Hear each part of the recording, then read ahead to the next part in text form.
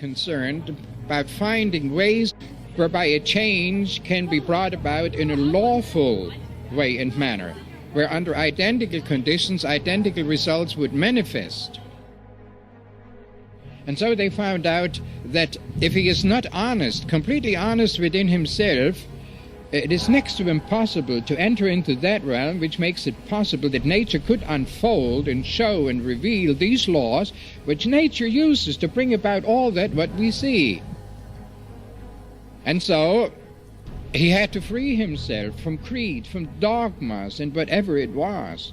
So when he finally came to that conclusion that he in all sincerity could say that there is a superior intelligence, when he had one primary question that confronted him perhaps more than any of them, and in fact to this very day it hasn't changed, people still ask themselves this question: where do I come from? Why am I here? And where will I be hereafter? Now all this belongs to alchemy, because this is this evolutionary process. The immortality of man is growing up in him in a mysterious substance. His bodies have a material immortality in the earth. His spirit has an immortality in heaven. And between these two is the soul, the bridge, the mysterious elixir of transformation, which we find in our daily living.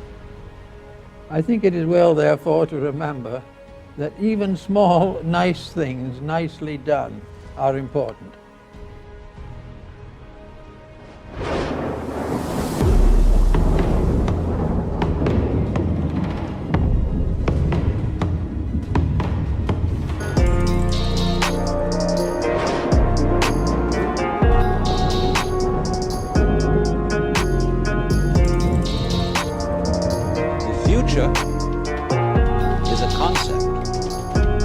Doesn't exist. As the proverb says, tomorrow never comes.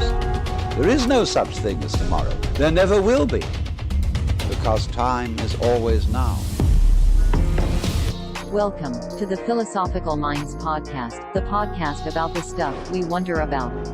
And other things.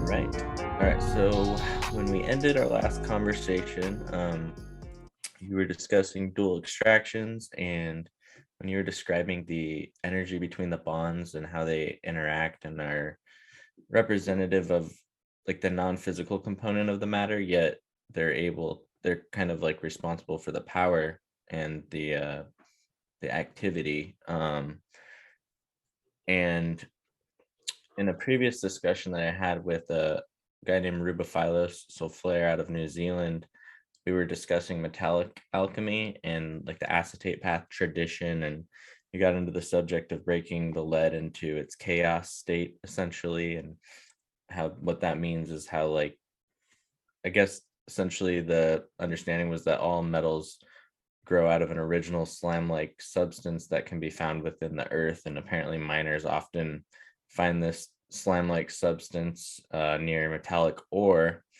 But yeah, so the substance is believed to be the physical manifestation of you could say like the original chaos, like springing from the prima materia. So it's kind of like that as above, so below idea.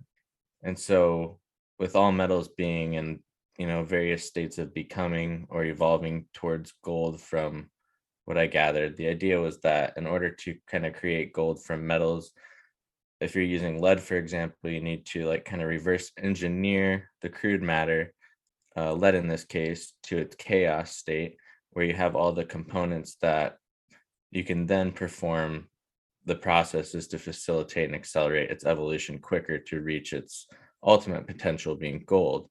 And so kind of was seeming intuitive that in order to achieve things within plant substances, that full spectrum, truly holistic medicine, and or in any kingdom really, it kind of just means breaking things down into their chaos and then recombining them to render them as bioavailable as possible. And you're talking about breaking things down and opening up that access to the vacuum of space, I think you said. And it made me wonder, at that point, maybe that is like the gateway or portal at which the consciousness field of the practitioner may kind of transfer their mental charge or link into the spagyric in some way, because I've heard, I'm sure maybe you have too, it's often said that the state of the practitioner can kind of come to affect the medicine itself. And I've always been curious kind of how and to what extent. And I was wondering if you had any thoughts on that yourself. Certainly. That's a lot to break down. One of the things that came to mind when you're speaking is I've been going through Jean Dubois, his works on alchemy and mineral works. And one thing he says about alchemy is that we can actually define alchemy as the fermentation process. The process of fermentation is alchemy. And I've always said that, like, the magic ingredient there really is life. Like, you need yeast, unicellular fungi to break down the energy that is stored in these, whatever substance it is, plants, sugar, minerals. It's a slightly different process. But I think what that kind of is saying is that alchemy is life in action, and the transformation of life in action. And it's like it's not a thing, it's a process. And it's this organism, which is, yeah, like you say, taking away the dross of everything. And Dubois notes a lot that, or not a lot, but he teaches the alchemical structure basically, and that according to the animal, the mineral, and the vegetable kingdoms, each one has its own corresponding mercury, sulfur, and salt, spirit, body, and soul. And I think a lot of, like, the idea of transmutation and how you talked about the metals having this soup, this primordial type of soup ancestor where they're all coming from, is reminiscent of that idea in alchemy, that an idea in many religions, that we all come from a similar source. And to be able to break these things down and reverse them back, like technically reverse engineer them, if you will, back as far as they will to their original components, then from there taking them and unifying them in a more perfected way, in a more evolved way, without the dross, without everything that falls out during the fermentation process, which is just things that are non-essential, I guess is what the hot word is nowadays. But that's kind of like where I see it. But I haven't worked so much with mineral alchemy as I have specifically plant spagyrics. And I think what is going on there, I think that even Jean Dubois, or I forget how you pronounce his name. I'm not a fan, so I apologize. I think he actually speaks of, even in the metallic work, the importance of then bringing in the factor of the vegetable life, in order to kind of imbibe the substance in some way, or it's used within the process, of course, because it's a necessary component to the work in some fashion. But yeah, that's really interesting. Yeah, I'm still exploring the mineral works for sure. I've not stepped really foot in them, so I can only speak so much as what I've read from my armchair. And so yeah, I can't speak too much about the metal works. But the idea that, like, in alchemy is that there's a primordial one, and that through taking either yourself or objects and getting them as close to that, then they can bridge the differences between the metals, like turning lead into gold. You could, once it is the original source, then you can be pulled back out in a different aspect of itself. And so I kind of see that. Yeah, I see that with all things, really. I see that, ultimately alchemy is like a spiritual tradition, right? So that's all comes back to me. Like, I like to ground it all, like I was saying, into the Vedas and into the supreme self, which is, they say, the selfless self. And so this thing, it's like kind of like an identity crisis, I feel like alchemy is, and awakening is, or even what's really happening with the planet right now. We've got a lot of different ideas of self going on. And it's just like really nobody knows what it means to be human. And so I kind of am just looking to look at the absolute, right? And understand like the origin of being and the origin of ourselves. And I think it's like as above, so below. It's a represented in alchemy and practical alchemy and all these different ideas that we can break down the physical reality into its primordial and like hypostatic, like the original form of it. And I think that is like the central component there. If we can do that, then I think that that's achieving the transcendent experience. That is achieving all knowingness and achieving immortality and realizing the soul as not a temporal being, as outside of time and space, and the ability to, I mean, I consider them higher mental faculties, but these are all misnomers. It's like the second we try to start talking about the soul or the spirit or things non-material, we move in the opposite direction because it literally can't be grasped in language. That's one of like the first rules that is set forth by so many traditions. It's like outside of language, somehow it is entirely dependent on language at the same time. And that's a big factor for me because we are sitting here trying to talk about it and discuss it, and it's a block in so many different people's perspectives, especially scientists, which is like who I deal with most of the time, and materially minded people, Western people who just like don't have a concept of a spiritual world, or some people like they don't even think about introspection, and they don't consider that the mind might be something special. Like it's not just a byproduct of chemical phenomena. It's the climax of a higher intelligent creation. And to know that and to work with that higher intelligence is my main goal in Spagyria and alchemy. And that is really just, I mean, it goes beyond a lot of logical understanding, and that's what our world is founded on. And so like trying to bring that into like trying to merge these two perspectives into something more realistic for myself, because I'm just trying to understand too. When I talk about like the chemicals and the bonds and the energy, is that like the whole goal of science and scientific inquiry when it was incepted was to discover truth and to figure out, you know, what is real and what is spirit, basically, and how to come to complete knowledge through the study of the scientific method. And that like kind of started with this shadow of empiricism, which is looking at the physical world and believing that we can come to ultimate knowledge through study of purely physical phenomena. And that was before the scientific method was conceived. That was with Galilei, like looking at planets, and then Newton adopted the same perspective.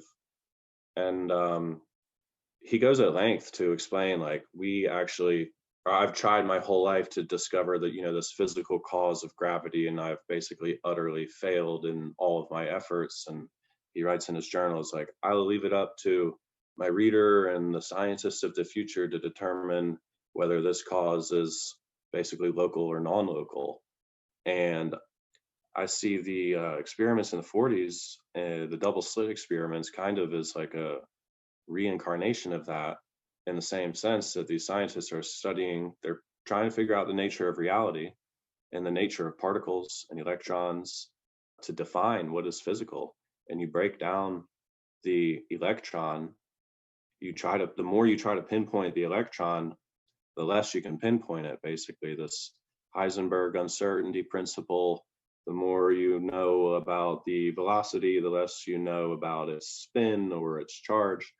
And what I think those experiments showed basically was that the fundamental nature of the the atom is actually non-physical.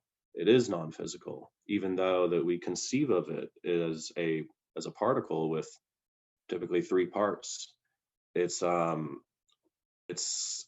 that at all. And the most important aspect of the whole thing, right? Like this is like kind of this, I was explaining earlier about, yesterday, about how the helium is simply a hydrogen duplicated amongst itself. And God, I'm a chemist, I should know what the third element in the periodic table is. But like carbon is, well, the point I'm making is that every proton is in theory the same thing. The difference between elements is just the number of protons that it has within its nucleus. And then further, when atoms bond together, they share their energy. What keeps them together is in the bond, and the bond is an electron, which is being shared between 2 different nuclei. And so the electron, which they can't actually determine where it is because it's a wave, it's not a particle, it's not a fundamental piece of matter that's actually spinning around something. It is an effect of a wave force.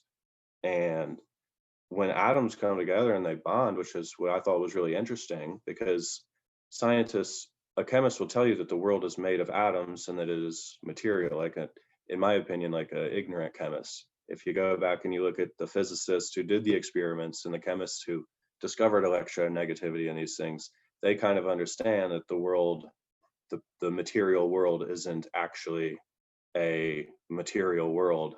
There's something that's linked in with the mind and the observer, and there's something that there's an information theoretic in origin. It has a great deal to do with context, basically. So the energy in a bond, and this is like another micro macro thing I see, the energy in the bond is that this non-physical sharing of electrons, which is this electrical force surrounding the protons and neutrons. There's no physical link between 2 supposed chemical elements. There is only this sharing of energy which holds them together. And I kind of just lift that up a little bit. If we were made out of atoms, they say we are, but I think the paradigm change is coming. But that would just mean that in our life, in our daily life, and in our everyday experience, because chemical elements are kind of abstract from the normal way of thinking and how normal people go around and interact together. But that just says that our energy and our power is really in our bonds together, and our bonds as human beings, as in family units, as in communities, and then further with God. We bond with each other through God. I was thinking today about, every time that I meet another person in my life who is like on the same wavelength, it's like, wow, why did this person come into my life? Because we came together under such meticulous circumstances, and then we all of a sudden we are seeing as kingdoms together, and the reality that we both know in our hearts to be ultimately true. And so the idea there is that God is like innately decentralized, like among the entire species upon the entire planet. And so that just says to me that, like, if we want to have a godly experience, we have to acknowledge that the force that is the power that is binding atoms and attraction, whatever attraction is, it's the same force that is attracting atoms together, attracting people to planets, that has no physical determined causal mechanism, but we continue forth in education, in science, in culture, enforcing this paradigm that it is.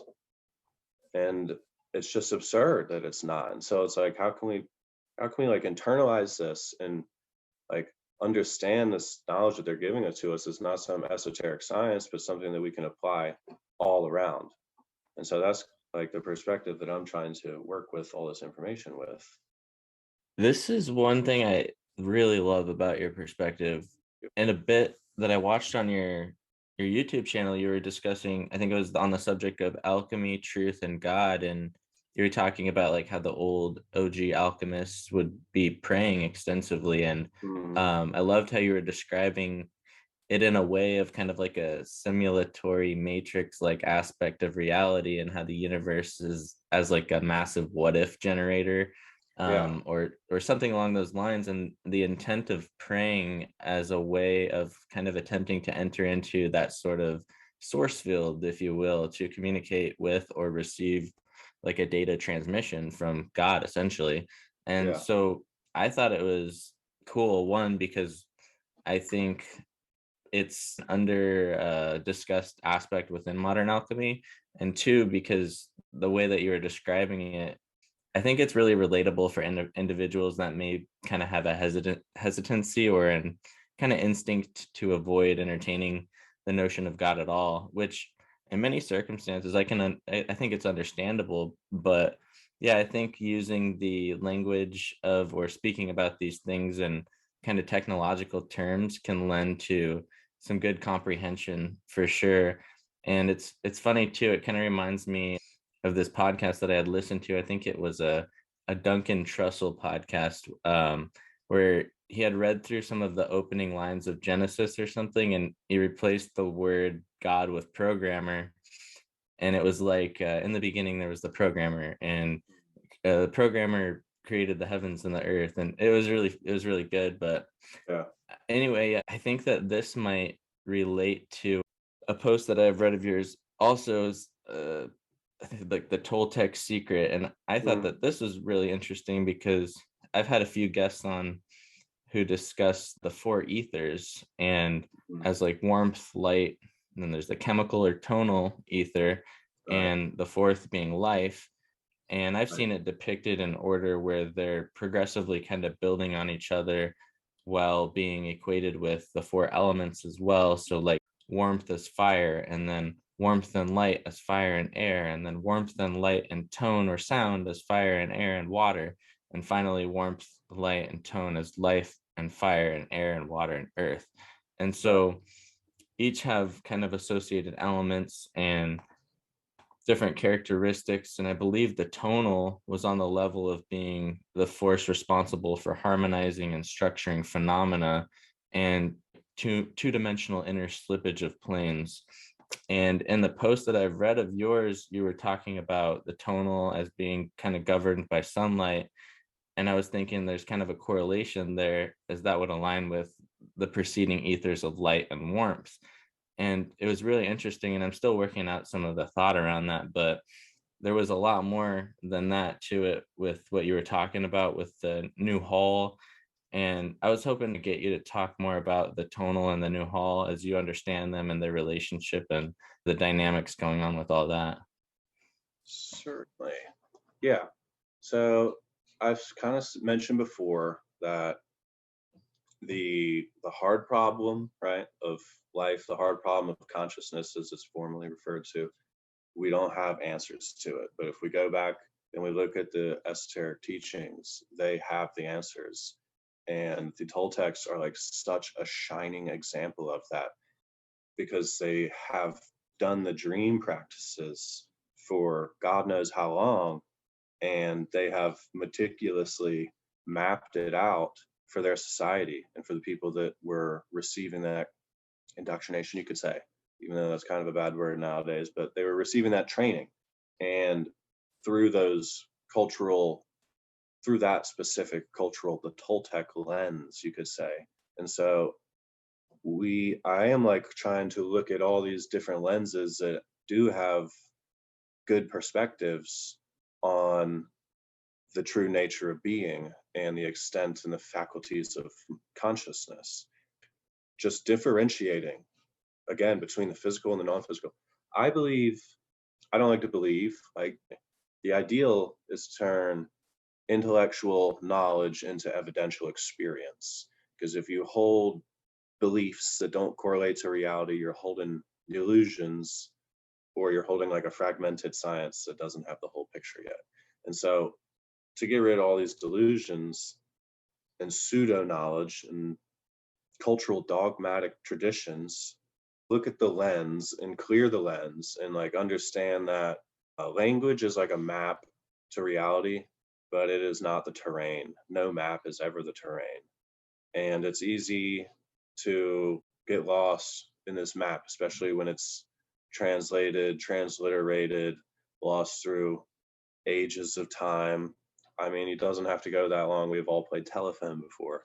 And so I guess I could say, like, I'm trying to modernize it all and simplify it all.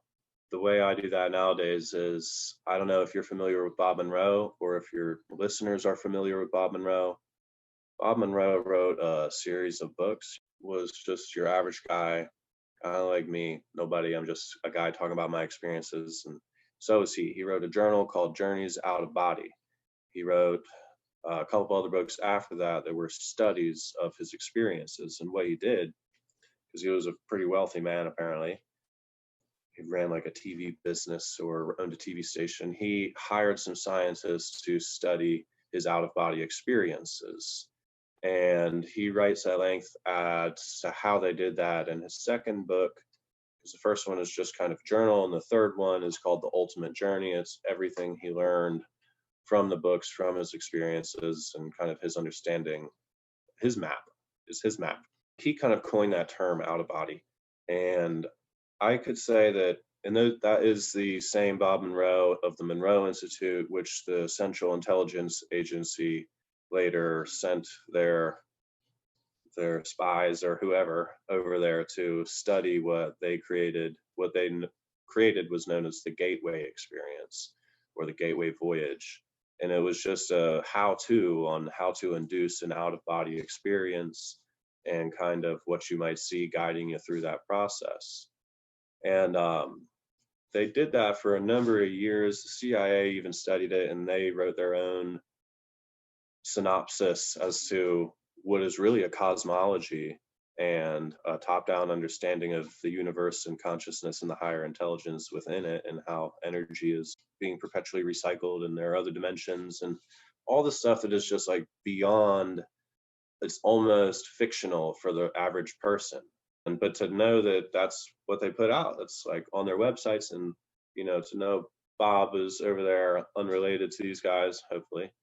But to know also that there are government organizations and there are individuals that you can meet probably in your everyday life who have these kind of transcendent experiences that go beyond the regular physical daily interaction. And so I could say that, like, I really believe in a Bob Monroe type of evolution or ascension. And that is just when everybody, humanity becomes aware of their abilities in higher dimensional aspects of their self to go beyond this space that we're calling here 3D reality and gather information from transpersonal state, from an out-of-body state, gather information and infer things about reality and about what happened in your life and their life, come to be able to use whatever kind of environment that is in the out-of-body, right? Like, what can we really do, and what are the extents of where we can go, and what is out there that we can learn? And so when I say I believe in Bob Monroe ascension, when we all kind of start doing that and start to really go into ourselves, like, I don't think this is like not something that we can ascend tonight. It's more like it takes 40,000 hours to master anything, and especially these master meditators will tell you, like, it takes all day, or it takes your whole life basically to achieve the ability to walk between the worlds, which is what the Toltecs are describing essentially. And so, like, what is in this environment, and what is our capacity there, and how exactly does it connect to this world? Because it connects through us somehow. When that happens, and we're all doing that, I think the perspective, it's enough just to sit down and talk to people about great ideas, but when we are really sitting down and talking about these experiences that go beyond what we're regularly aware of, but once we are all doing it, it's not just one person wrote a book here, God wrote a book here, there's a bunch of people over here asking questions. It's like, put this in the school, and I know it sounds fictional and it sounds far out, but at the end of the day, like, we really, if we want to understand humanity, we have to understand ourselves, and you don't have to do anything to understand that. You have to go within yourself. And that's why I'm always like in love with these old alchemical prose and poems and things. They're like, just go, so ready and easy to find and seek, right beneath your thoughts, right within your heart. It's there. And it reminds me a lot of like the Gnostic text. I posted it a while ago, and it's just talks a lot about how, you know, the kingdom of heaven is on earth and men do not see it, and it's just invisible to our naked eye, or, you know, we are looking at it, but we think we're really looking at something else. And that's because we've defined this world in this reductionist way. Like, if there was a word that was worse in reduction than I can, like, even the word self-reduction, like reduce the world, that's why I say grand existence, because it really is a grand existence. And as an alchemist, time, father time is Saturn. And as an alchemist, like, we're seeking to transmute and to conquer time, essentially, really conquer this entire world and open our celestial eyes. And so I say grand existence because good morning, good evening, good night, the days are kind of endless after some point. Like, the quickening, time is quickening up. It's no longer about, I mean, it is 100% about this world, but it's about coming into awareness of the truth and of, I believe, our eternality and our absoluteness. And so grand existence, because how the hell does anything exist in the first place, let alone things like bliss and love? Because it turns out God is real. That's enough for me to push me forward to try to help other people see that, like, there is literally a world beyond this, that we are perpetually. I don't like using the term God, because God is good, a Germanic king, and the language, it messes with people. They think it's a figure in the sky. As soon as I say God, I'm pretty sure if I said it, I'm sure we have like a general consensus on what the idea is of a higher intelligent force driving evolution, governing creation, and like, but everybody usually, it scrambles their brains. You know, you say God and they think everybody thinks something different. So that's just, it's a difficulty in trying to explain, but it's like the big flip, I think, is for people just to stop seeing it as some external thing and begin to realize that it is like, it's internal. It's something that's within you. You're attached to. It's permanent. You know, it's not it's beyond change. They say change is only constant, but you know, something is driving this change, and it's just to accept. Because I woke up a couple of years ago, so I always came from the fact that, like, there was no God, or nobody was able to define the thoughts I had about reality. And you know, then it flipped, and I was like, wait a second, God is real. So I feel like we're just living in this lie, and then the truth matters, and they're just perpetuating these lies, and it needs to end. I think the only way it's going to end is when people move within themselves and, like, literally save themselves and realize that, you know, the spirit and the consciousness, it goes on. Like, the world, all you need is like a little taste of this thing, and it's like you see the magnificence of reality. And then there's to continually put in the practice and practice and practice until you get into the states that are described by the text, where you're in awareness, you have activated your cities, your chakras are open, you're using the entire force of your brain in unison. We're just not so lost or confused. And I think a big part of that, like, is the English language and just getting beyond that. So that's why I'm always trying to say, like, don't take so much of what I say with so much weight, because I'm really just want to meditate. And if you want something for yourself, I believe you can give it to other people. And I really believe, like, in the power of the 100th monkey effect. You begin to teach a population something, and it becomes easier and easier for people to pick up and learn and excel at, the more the population is aware of it. And so that's like another kind of mystical phenomena. But yeah, the world is a mystical place, and people have just been brainwashed into, non-believers. Nobody believes in Santa Claus anymore. But I think the truth of the matter is, like, you break down these myths and stuff, and they really do unlock like the true meaning of what they are, and that's like that we are gods, and that we go beyond cultural crap. It's cultural crap, it's fabricated nonsense, it's delusion. So what is the truth, and what can we experience? Definitely. Yeah, I think I heard somebody explain it recently in a cool way where they were relating it to like popcorn, in terms of how, people like waking up to a certain consciousness, and how it starts off with one, then a couple more, and all of a sudden all the popcorns pop. Yeah. I thought that was like kind of a cool analogy. So But with people are waking up. Yeah, for sure. And then is that some of you initially were alluding to, like the astral realm and things of that nature? Does the Toltec culture, do they kind of touch on a lot of that stuff? Certainly, yeah. They talk a lot about dream symbolism and how to analyze your own dream symbolism. They're masters in the game. They talk a lot about like understanding that the consciousness is like the processor of information, and that you're not a reactionary being. You have to like control your fate in order to really escape like the bonds and the karma of this system. They talk about it, they call it the moon's mental matrix, which is like a reference to a metaphor about the moon, not necessarily the physical moon, of course. But yeah, these guys, yeah, they what we call astral, like Paracelsus invented the word astral. And so he was another one of these characters that was trying to describe the nature of what I can say is just beyond the senses. And he ended up saying that there's fairies, nymphs, salamanders, and something else, 4 different creatures that inhabit that plane.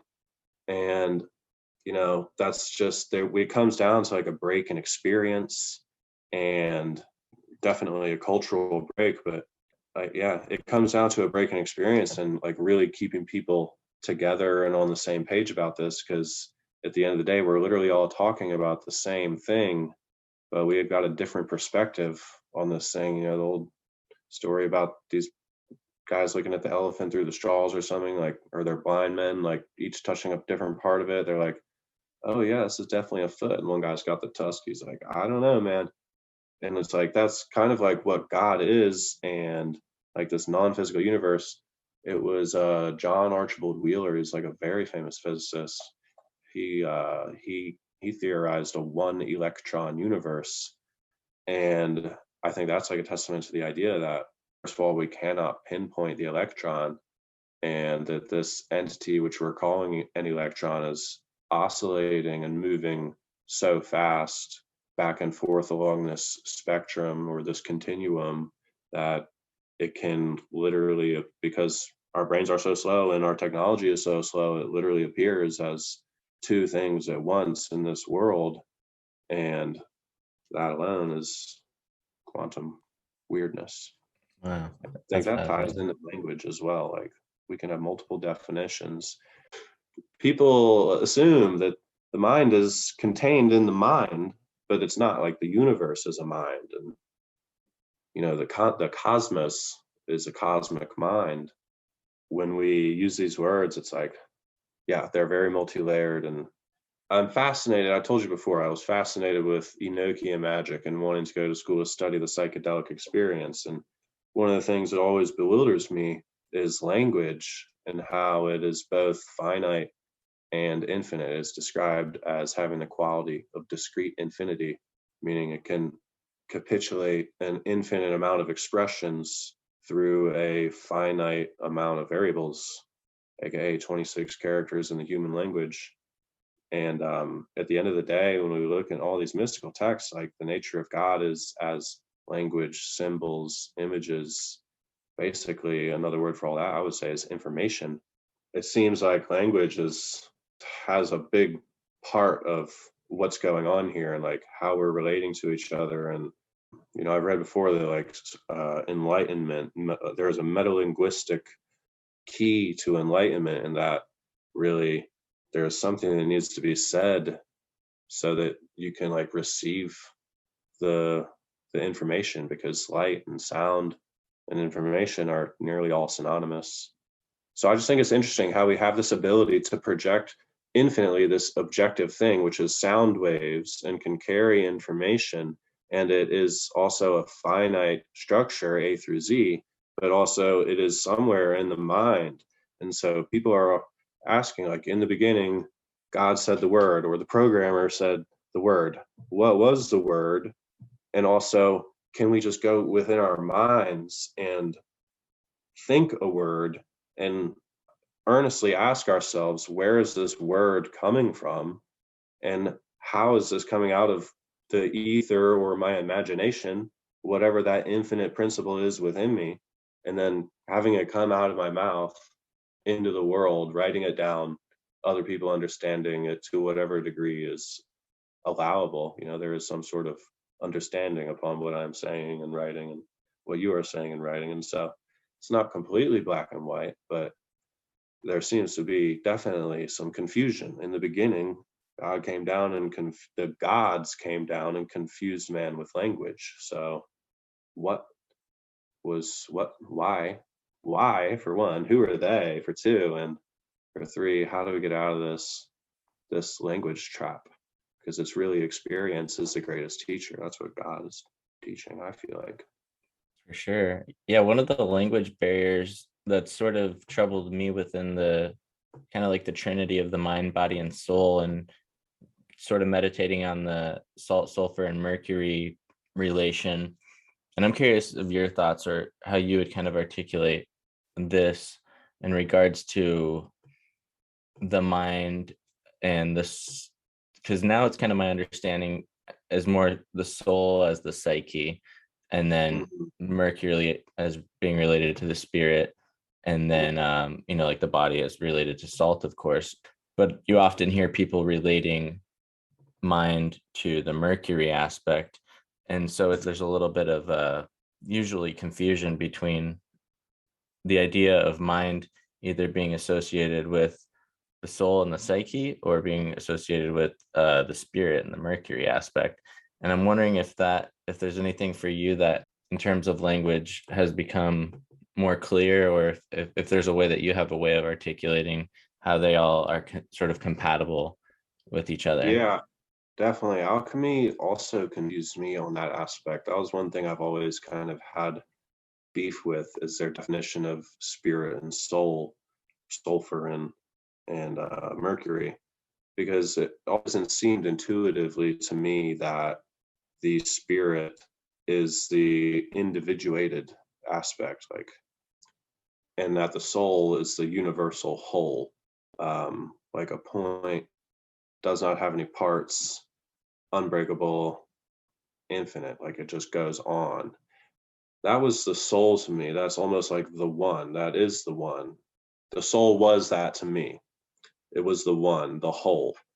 And then they say God created us in his image, and that the soul individuated itself and became a spirit, or an identity within itself.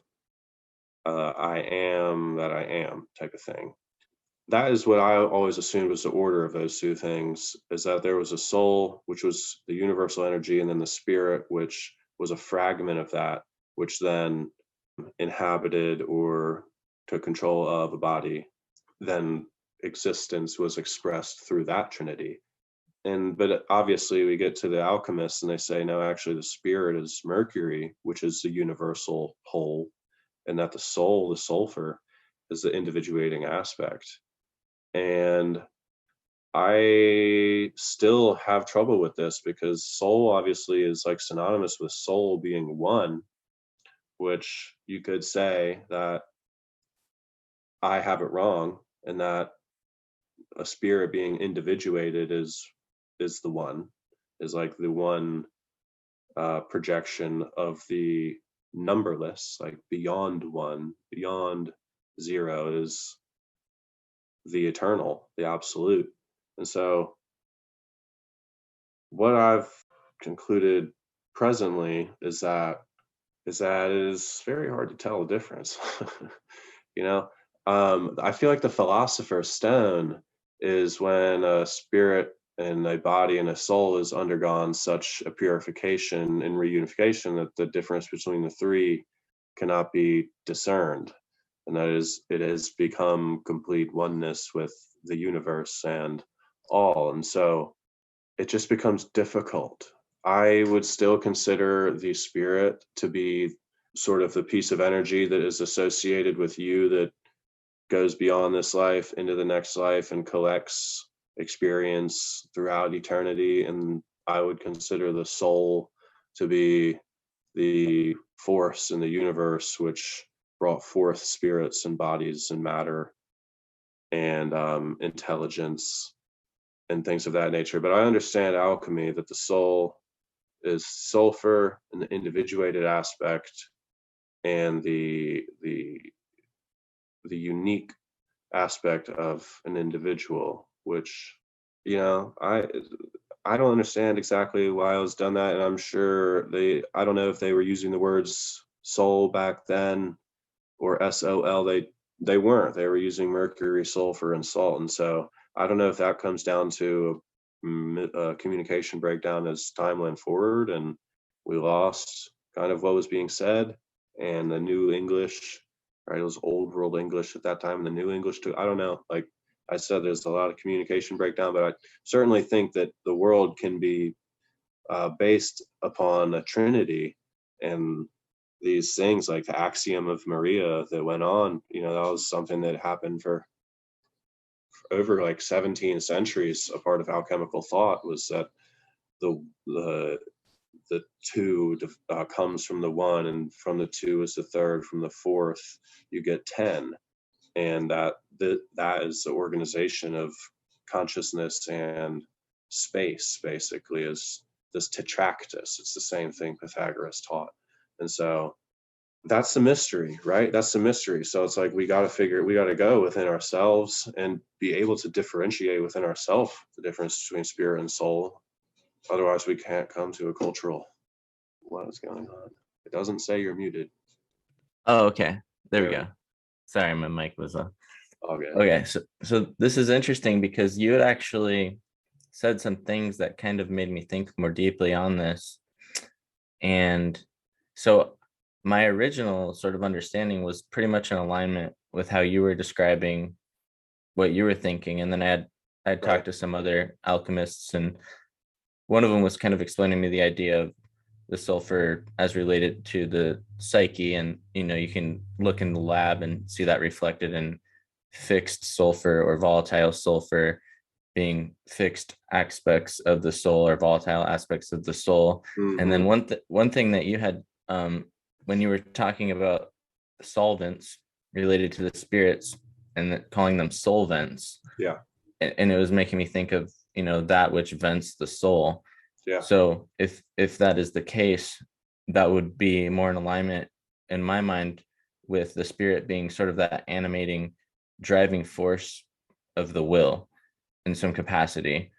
And then in order to be able to move the soul or the sulfur. So I kind of do go back and forth and I dance around with this a lot, but I think it is one of the most fascinating things to contemplate. And I always love to get opinions on it. On that note, I wanted to ask you about your thoughts on Azoth or Azoth. Is it kind of like a universal medicine? Is it related to Mercury or spirit in some way? Because I've heard a few different things, and I'm wondering what your thoughts are on that. I would definitely see it as a universal medicine. Yeah, I would see that almost even as a philosopher's stone, in the sense that it becomes this force. I kind of see it as the force of transmutation. Like when transmutation occurs, Azoth, the mercury, is cleansing. That's when the sight happens, the experience of infinite. And and godly knowledge comes through. And it's like, what exactly is this godly knowledge? I think a lot about like Aleister Crowley and the information that he brought through. And like, he brought a lot of information through, and he potentially did some really horrible things as well to people. But this information, it's inherently it's not either good or bad. It's what people do with it. And I kind of see Azoth and even like the demiurge creation as, or the intelligent creator of this particular realm, as Azoth, and as this entity which is basically, okay, so in Steiner's works and the Theosophical teachings and many other teachings, but since he is so prolific, he wrote How to Know Higher Worlds, and through exploration of the spirit and the soul, you eventually encounter these deities that everybody says they come across, these certain specific deities who basically know everything about you, know everything that you ask, are aware of everything that's going on. They are essentially the god or the watcher over this realm. That, I think, is what Azoth is. And then that phenomena in reality, in people's experiences, like coming through essentially as a meme, you know, and implanting that into the culture or into whatever, like somebody had the idea of that entity and wrote it down, and that was an original thought, and that at one time was an original thought. And it's like, that's the thing right there, is where is this originality and where is this source of creation coming from? It's not coming from a physical place. It's how are we, like, all this stuff is just continue trying to create the maps back into this infinite kingdom of God that they speak of. And so every time somebody does that, their map, like, they realize their map. And so I feel like for Paracelsus, the Paracelsian time, Paracelsian era alchemy, that Azoth was kind of this figure that represented the actualization of self into godhood, because, you know, Paracelsus had a lot of visions, and like other Renaissance figures like Raymond Lully, like waking visions of Christ, and, you know, bringing back knowledge and computation. And they always start out like, I was just alone in my room meditating. And I always question that, like, were you really just in your room alone meditating? Were you honestly just speaking to your creator? Or do you have some sort of technique? Were you a part of some society who understood, you know, maybe not the science, but they had the technique and they had the knowledge to access these intelligences and bring them through? And so were they, yeah, so that becomes essentially to somebody. And that's like why alchemy, I believe, gets so confusing, is because definitely somebody's encrypting something that is beyond what we're able to perceive, and it may make sense to them. And while that encryption might be useful, especially to a lot of people around them in that time, like anything, it can begin to lose its meaning or be lost to time, basically. But it's just like an idea. I think the idea of it is more important nowadays, in that it's very similar to like the elixir of life, and like this concept that there is an infinite, there is this pathway out of like certainly what back then they believed they were living in tribulations, right? They believed they were living in the end times for sure. And so this is like, to me, it has lost a lot of its meaning. Because if I try to want to bring this, I'm trying to bring it to like my parents, you know, and my family and the people that I see every day, my teachers. And it's like, you can't connect with them like that. And so what else can we say? So what else can we say then? It's just like, try to relate our experiences of what we believe that is in new ways. That's kind of my thoughts on Azoth. And you can definitely take that and put it into like a practical sense. Like, it is the thing that is like present during the transmutation. And so what is that on a physical plane, and how does transmutation occur here? We can assign the labels, but they're labels at the end of the day. You know, it's what we're trying to label is we cannot label it. We can't. Yeah, I love that. Like you say, like related to, as Azos related to the actual power of God, as above, so below. I think, yes, that's kind of the spiritual representation. And then if you think of the philosopher's stone, that would be like the physical representative transmutation agent. So when you put it like that, that actually makes a lot of sense. I like that description. All right, got a couple more questions for you before we wrap it up. I got one. I wanted to kind of ask you, what are some medicines that you've worked with that you personally have found to be the most profound in terms of their function and effectiveness, biochemically or consciously, that you think is just one that's really noteworthy that you could talk a little bit about? The first one that comes to mind is the African dream root. Now, the Latin name escapes me. What was that cool word that you had mentioned to in relation to dream? Oneirogenic medicine. Yeah, I love that. So would you consider this one a oneirogenic medicine? Yeah, this is a oneirogen. Selene capensis is the Latin name, and it's an African dream root. That has been the most potent dreaming medicine that I've taken. I've taken the dream bean as well. I've taken the sun opener as well, Hymia salifolia, and I want to experiment more with that one for sure. Then, sorry, I had to turn off something was warming up. I think definitely the African dream root, because it's a window into something great. It's a window into something that is absolutely occurring on a nightly and regular basis.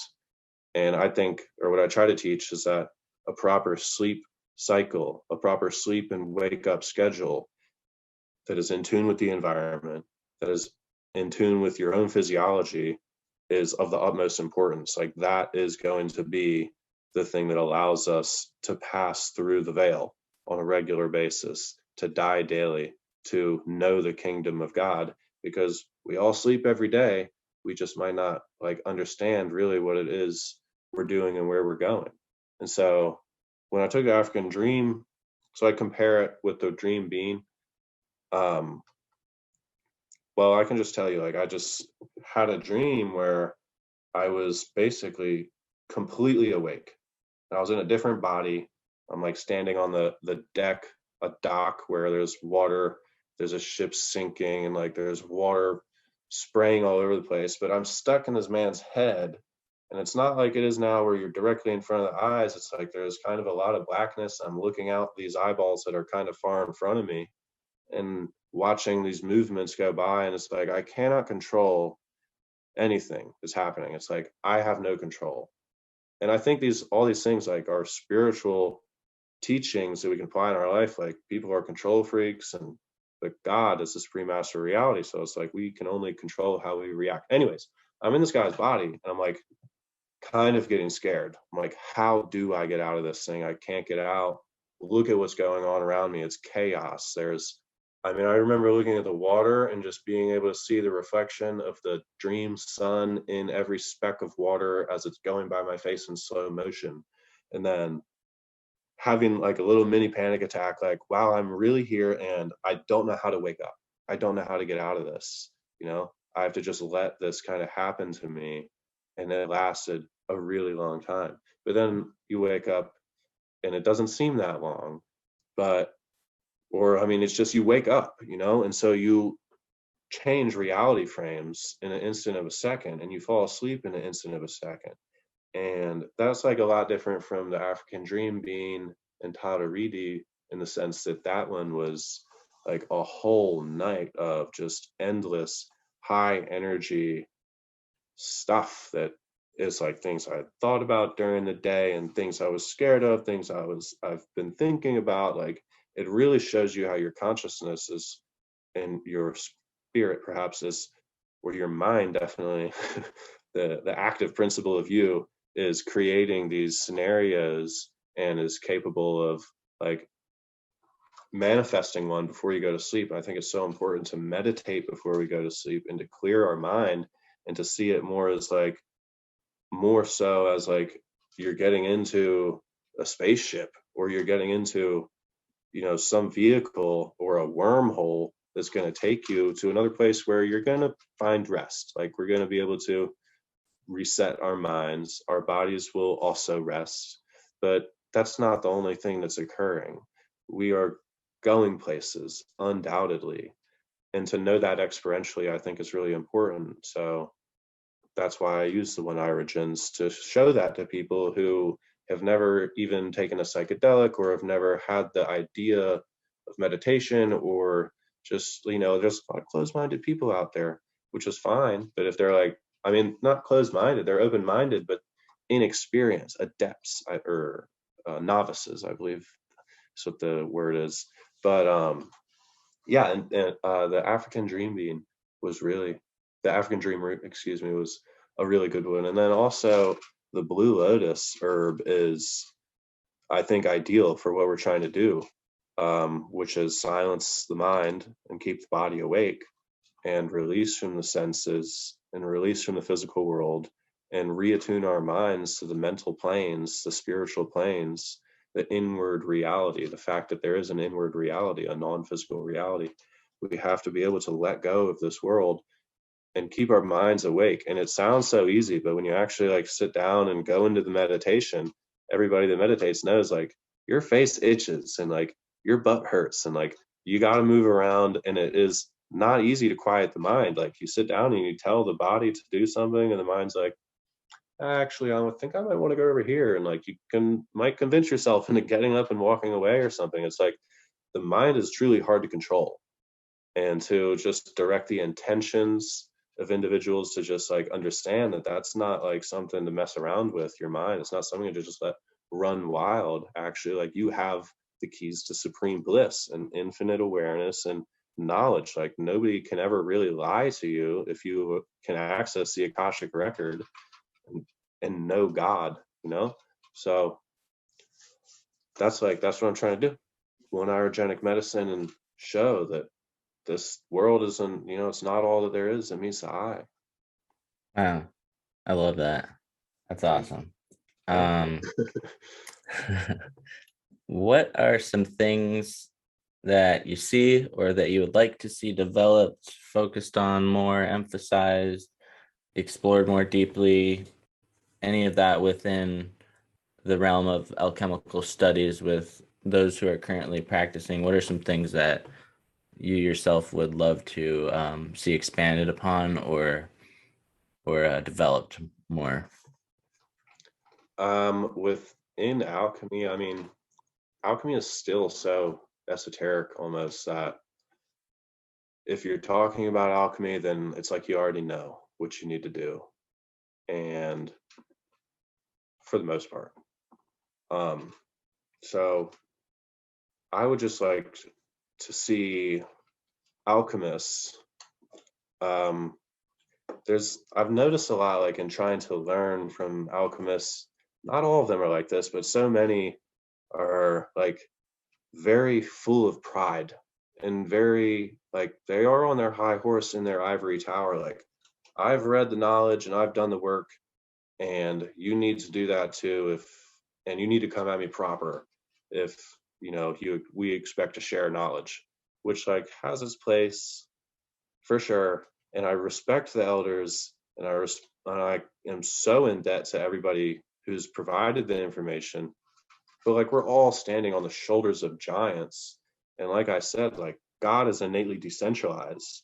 So if we could just like not even with our physical lab practices, but just be more open as to our own spiritual progress and more active in like more active in that practice. Like I say, I don't think it's not something that can happen overnight. It's something that takes some practice in order to gain some sense of like what truth is, and like which way is forward and which way is backwards. And we don't really have elders in our society. Our elders are just like children and egomaniacs. And but the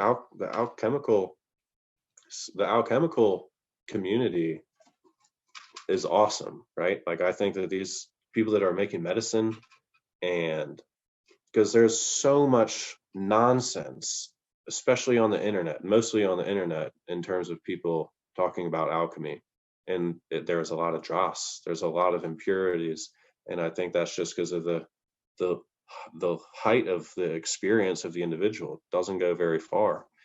And when you get people in here like Robert Bartlett or Sage Popham or any number, I could list them all day, who have experience and then they've applied it in the lab, like the current wave is on it. Like we know that there's a language of nature, and that we need to be able to listen to that and speak that before we're able to take the next step in our world, which is like it's evolve, it's set aside all the sicknesses. And I mean, just alchemy, it just needs to be simplified. It needs to be simplified. And I read these books, and all the authors say that, like, alchemy comes from Egypt. It comes from Old Kingdom Egypt, and a lot of that knowledge was stored in the Library of Alexandria, taken away and burned away. And so it's just what was the knowledge really is the knowledge of self, of knowing self. And so we just need like more people that are, I think, less excited just about the alchemical aspect and the fact that like alchemy is the knowledge, like it is the knowledge of the ages, and modernizing it. That's what I would like to see. And so that's like kind of where I've been saying, why I came to school, to understand it and then put it into words so that we can all get on the same page. Because it's, as far as I'm concerned, it's like it's a true revolution. We're here discovering the truth not for anybody, for ourselves. But the fact of the matter is, like I said, this world is not governed by truth, it's governed by lies. And so we're here discovering the truth for each other, and we need to be completely open sourced about that, and we need to be completely free and allow ourselves to communicate on whatever type of esoteric topic we think it is, and then also to actually put it into play. Like it's not just a conceptual device, there is a real God, and what is the real nature of reality, and what is our place in it. It might, like, I love spending time in the lab, and I love spending time foraging and stuff, but like it's about sharing this community, sharing this life, and it's really just about creating a better life for us all. Like it sounds cliche at the end of the day, but it really is just about getting out of this kind of cultural slavery we've found ourselves. Alchemy is, the alchemists, as far as I'm concerned, figured out a direct means of communicating with the higher intelligence, and they tried to keep it for themselves, but it was sequestered by the rulers of society, as we know, and they were all martyred. And that is still the knowledge to this day, which remains elusive: how to connect with God realistically within yourself and get usable knowledge to use in reality. So that's like where my focus is. Like we need to be able to take the gold of what this whole thing really is about, and that's direct communication with the divine, direct communication with higher intelligence.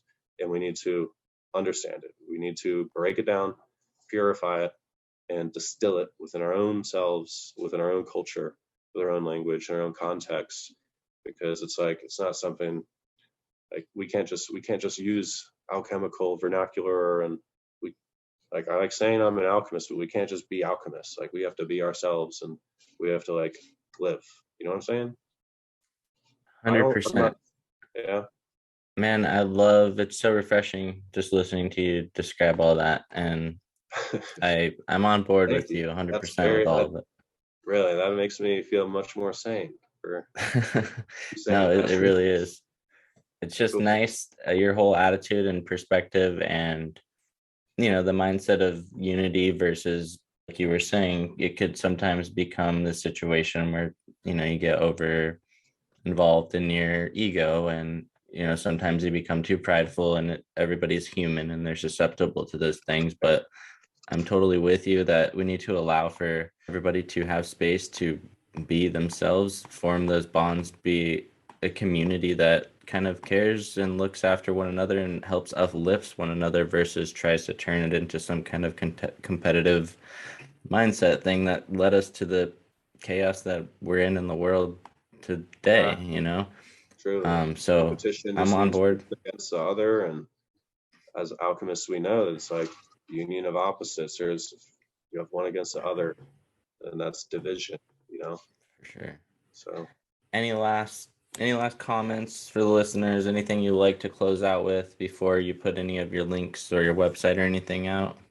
I mean, you ended it on a really good note. I think that was definitely satisfactory. cool. Thank Where you would for you listening. Have a grand existence. Where would you point people if they were interested in getting into contact with you, or maybe interested in some of your preparations and offerings? Where would you direct them? If you wanted to check out some of what I'm creating, you can go over to my website. In my pharmacopeia, I have all my medicines listed. I do custom formulations, and I really encourage subscribing to the seasonal subscription, because medicine needs change throughout the year. The medicines change throughout the year, and we are kind of in tune with this year. So I think it's important to take a seasonal approach to medicine. And if you want to understand my philosophy and what I'm trying to say, I've written a bunch of blogs under the title of Plant-Based Spirituality, and it's my attempt to synthesize plant-based chemistry and practice with spiritual concepts and alight the path towards higher stages of consciousness. So check out that stuff, and if you have any questions, I'm here to answer them. Sweet. Alrighty. This is probably one of my favorite conversations so far, so I appreciate you again. And Sir, thank you. Till next time, brother. Till next time.